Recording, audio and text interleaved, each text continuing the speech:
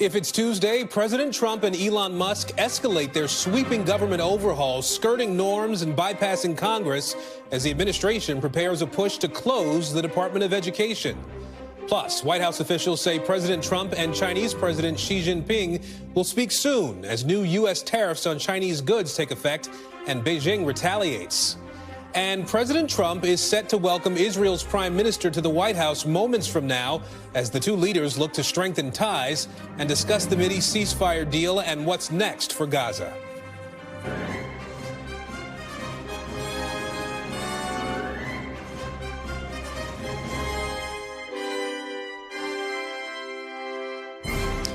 And welcome to Meet the Press Now. I'm Aaron Gilchrist in Washington as the world's richest man is taking full advantage of his proximity to presidential power.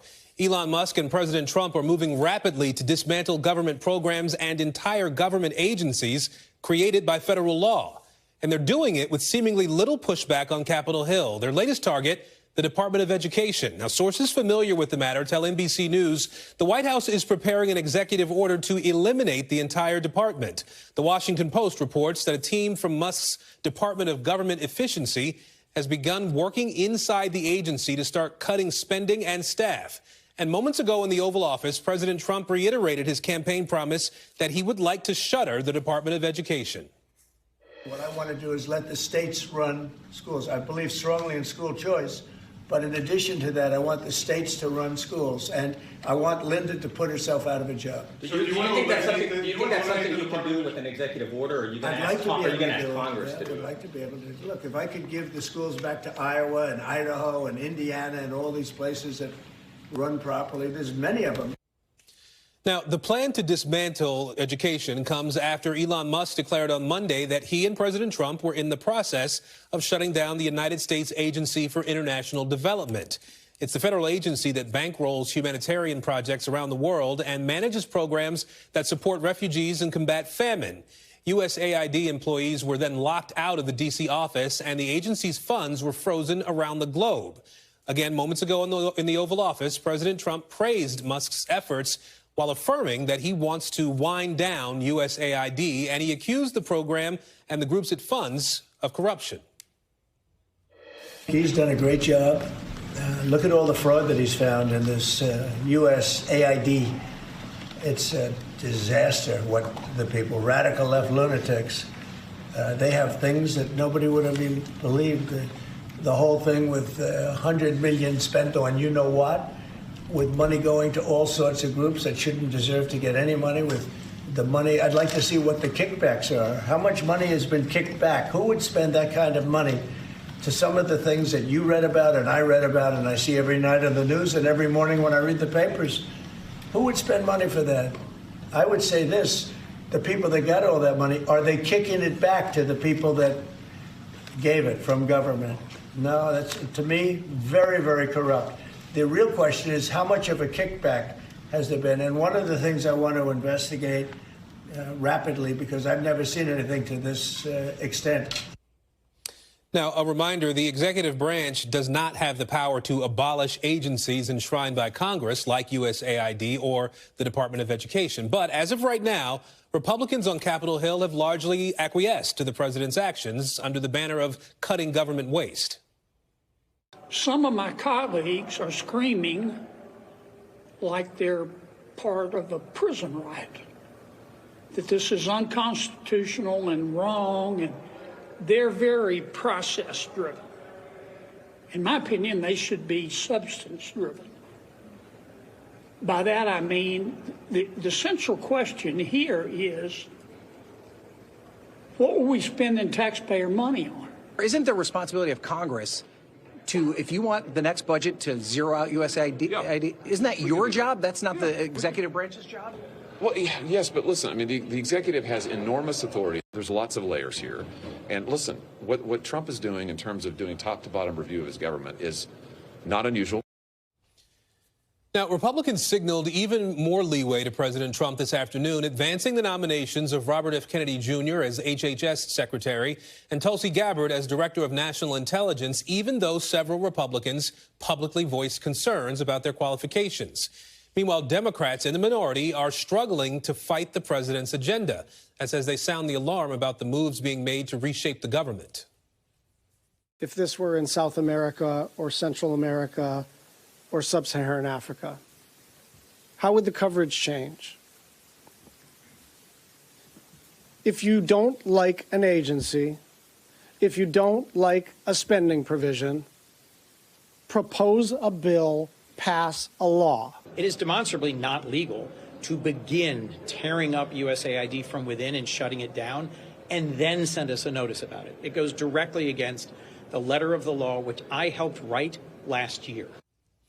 Now, it's also unclear what guardrails other than court orders could put a check on the president and Elon Musk's agenda. Musk and his allies have already wrested unprecedented levels of access to government systems, including a critical one at the Treasury Department, which pays out trillions in government funds. All right, let's bring in some reporters now to break all of this down with us. NBC News senior White House correspondent Gabe Gutierrez, NBC White House correspondent Vaughn Hillyard is on Capitol Hill for us today. Bobby Allyn is a technology correspondent for NPR, who's a veteran of the Elon Musk beat. And Lauren Meckler covers education for the Washington Post. So, Gabe, a lot of ground to cover in this Oval Office gaggle we just saw. What have we heard from the president today about what he wants to do with the shape of our government? Well, it's clear that he wants to continue to do it, Aaron, and he makes no apologies for it. He thinks he is legally entitled to do it, although, as you pointed out rightly, that the authority for dismantling and shutting down a government agency, and for standing one up for that matter, really goes to Congress. But the president is trying to make the argument that because he and his the White House officials, including Elon Musk, have found fraud at USAID, for example, that it's within his purview to do it. Well, so that'll certainly be up against many legal challenges. But we heard from the president as in the Oval Office once again trying to make that argument. And White House officials really throughout the day have tried to hit that point, that this is something that the American people voted for when they put Donald Trump in the Oval Office for a second time. And so the White House officials I've been speaking with today, they like this controversy. They see it as something that they can build upon and something they can lean into because they see it as cutting wasteful spending, cutting the bureaucracy from the federal government, and they make no apologies for it, Aaron. Well, Vaughn, let me swing over to you on Capitol Hill here. What can you tell us about the Republican reaction to President Trump and Musk's recent moves here, especially as we talk about dismantling USAID? Right. This was a question. The Republicans, when you go back to the Obama administration, Biden administration, they spoke out very aggressively against executive orders and executive actions taken by Democratic administrations. But what you have seen is not only a record number of executive orders signed in these first 2 weeks by President Trump, but also an otherwise private citizen who the White House just confirmed 24 hours ago is in fact now technically working as a federal employee, a quote special government employee, which gives him the opportunity for 130 days to work inside of the federal government, but has had broad reach across agencies from Office of Personnel Management to USAID to the Treasury Department's payment systems, as well as with other individuals working for his unit out of the Executive Office of the President. And when Republicans here today up on Capitol Hill, myself and our colleague Ryan Nobles, talking with several of them, they made it clear that they were endorsing the efforts of Elon Musk, and that, much like you heard from Senator Kennedy there, that somebody had to address these spending issues, and essentially Elon Musk is the man who they has been given quite almost unilateral powers, despite concerns over congressionally appropriated funds and the extent to which they are trying to siphon off already funds that have already been approved from previous budgets. And I think that is where, when you're looking for Republicans here, they've got majorities in the House and Senate. And it was Speaker Mike Johnson himself this afternoon who said that he had just been texting with Elon Musk and he told them to keep going. The through line here really, Gabe, seems to be Elon Musk. What do we know about his current level of support, the president's level of support for Elon Musk's actions inside government?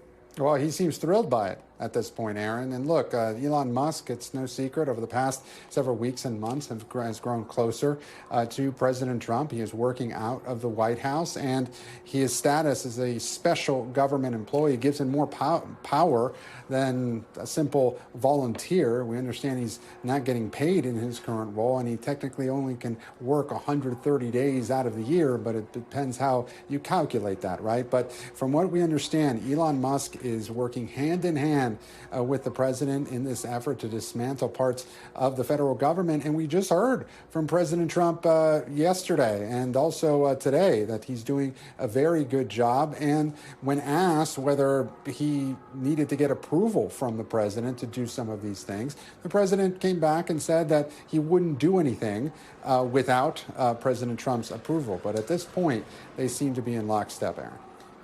Bobby, you've been reporting on Musk for a long time here, right? What is motivating Elon Musk to join the administration, to do this work, to try to cut down on these various government agencies? Does he have a real clear end goal here?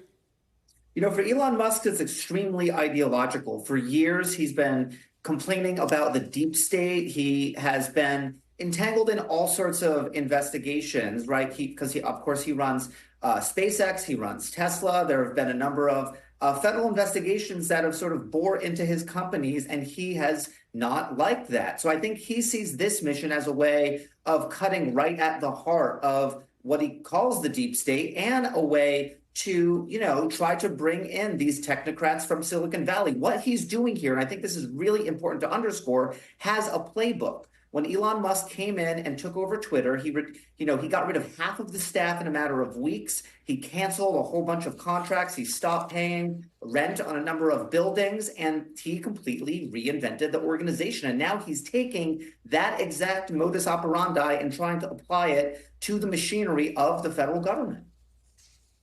Well, you mentioned the fact that obviously he's took over Twitter, and we've seen some of these moves before. We know that he's not, Elon Musk is not a government official. He hasn't taken any sort of oath of office. Does he have anything restraining his power as he's been exercising it with the federal government?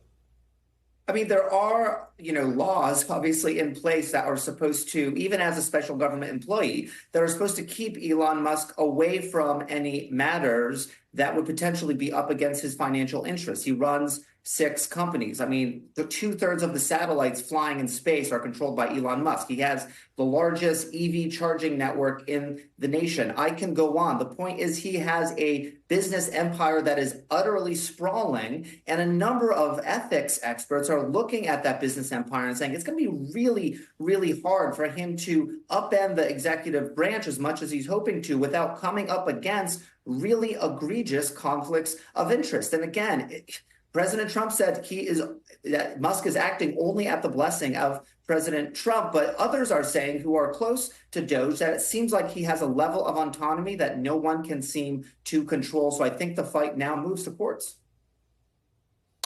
All right, Bobby, let me turn back to Gabe Gutierrez here in Washington with us. And Gabe, I do want to ask about the president's plans to dismantle, potentially even close the Department of Education. What have you been able to learn about that today?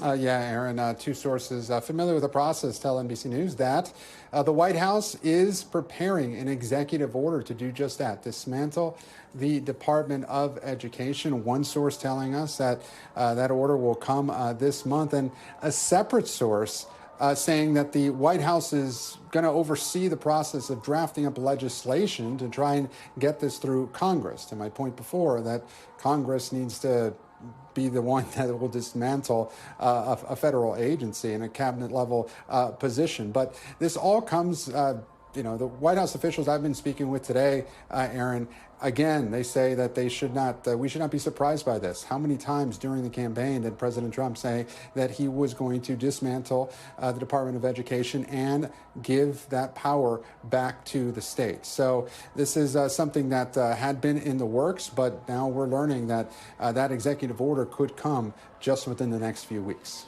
All right, Gabe, I'll ask you to hang with us as we turn to Laura Meckler here. Laura, what are you learning on your end about this impending order to close Ed? Is it clear how that would even work? Well, it's really what I'm hearing going to be in two parts. So part one is coming up with a plan, a legislative plan, where you would call in Congress to close the agency, which, as we've said, that's the only way you can really abolish this department. And the White House knows that, and they seem to be acknowledging that.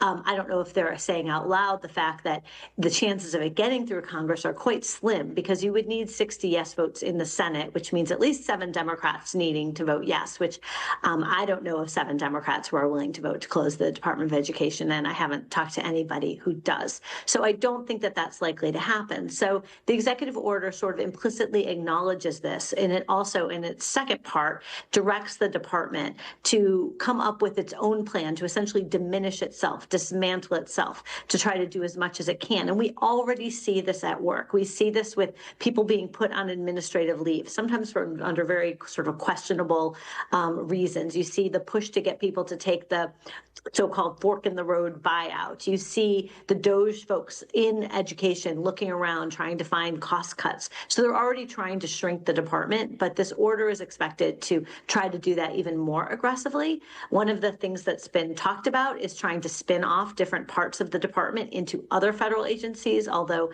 that too might be difficult to do without Congress. Do you have a sense of a timeline, Laura, as to when some of these things might really start to play out? Well, as we just heard, the actual executive order is expected sometime in the next month. So, and then at that point, that would sort of be, I guess, a bit of an official starting gun for this, where there would be, a matter of 2 to 4 months or so for these plans to be developed. I mean, we'll have to see. I think that they're going to probably have some success at whittling down the department.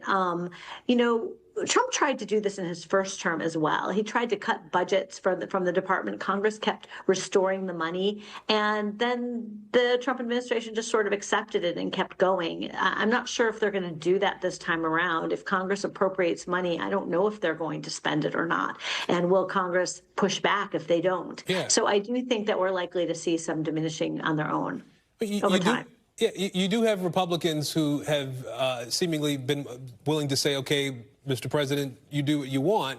But at the same time, you did have Republicans who, over the course of years, have been going after the Department of Education, right? I'm curious about how educators are taking this threat, this idea of closing ed. I think generally in the education community, this is wildly unpopular. I think that it is viewed as disrespect for the field, disrespect for what they do, and they are quite offended. I think obviously not everybody, but I think that is a very common sentiment that you hear around the country. Vaughn Hillyard still with us here on Capitol Hill. Vaughn, getting rid of USAID, the Department of Education, those things that we've been talking about would require some congressional action, at least on paper. What are you hearing about those sorts of shutdowns on the Hill? Hearing very little here at this point in time. Was going to attempt to try to get that question to Senate Majority Leader Thune earlier, but was unable to. But we have heard zero conversation about using or authorizing the Presidential Reorganization Act, which would provide them the opportunity to shut down one of these agencies or the departments. And the last time that was invoked was back during Ronald Reagan's administration. President Obama tried it back in 2012. He was rebuffed by Congress. And, of course, the stakes of that are very high. And that is where I had asked Marjorie Taylor Greene this very question during the transition. She is helping lead the House's subcommittee on DOGE about the conversations about granting the president that authorization. And so far, at no point in time have we heard any of the substantive conversation about actually giving the president that authorization. Vaughn, on confirmations, we'll wrap up with this. There are some Republicans who had signaled a bit of skepticism last week about RFK Jr., about Tulsi Gabbard possibly being confirmed to their respective cabinet positions. Now it looks like both are going to move forward here. What shifted over the weekend?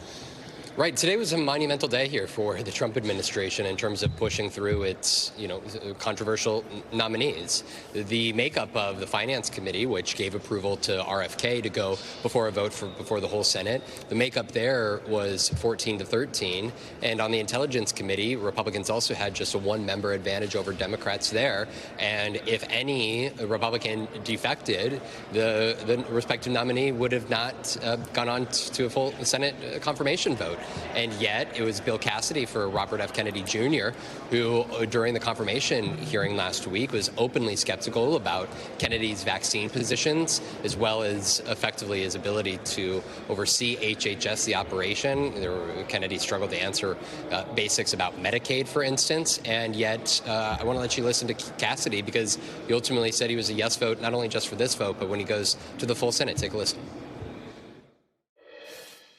I will watch carefully for any effort to wrongfully sow public fear about vaccines between confusing references of coincidence and anecdote. But my support is built on assurances that this will not have to be a concern, and that he and I can work together to build an agenda to make America healthy again. We need a leader at HHS who will guide President Trump's agenda to make America healthy again, based on Mr. Kennedy's assurances on vaccines and his platform to positively influence Americans' health. It is my consideration that he will get this done. And for Tulsi Gabbard, for the Director of National Intelligence, it was Republican Todd Young who was the one GOP holdout coming into today from over the weekend, and he also voted to push forward her confirmation process here. So for the Trump administration, this is a big win, and the expectation at this point in time, unless there is a surprise Republican that comes out and ultimately is able to make 4 no votes against either of these picks, the likelihood now just only increases after today that both of those individuals will be confirmed. All right, we are going to have to leave it there for now. Vaughn, Hillyard, Gabe, Gutierrez, Bobby, Laura, thank you both. Thank you all for joining us. Coming up, government disorder and new executive orders. We're digging deeper into the politics of the Trump administration's agenda and how lawmakers are responding or not. The panel's coming up next. Plus, China says it's ready to put new tariffs on U.S. goods and will investigate Google as Trump's trade war with Beijing threatens to heat up. The economic and political fallout straight ahead. You're watching Meet the Press now.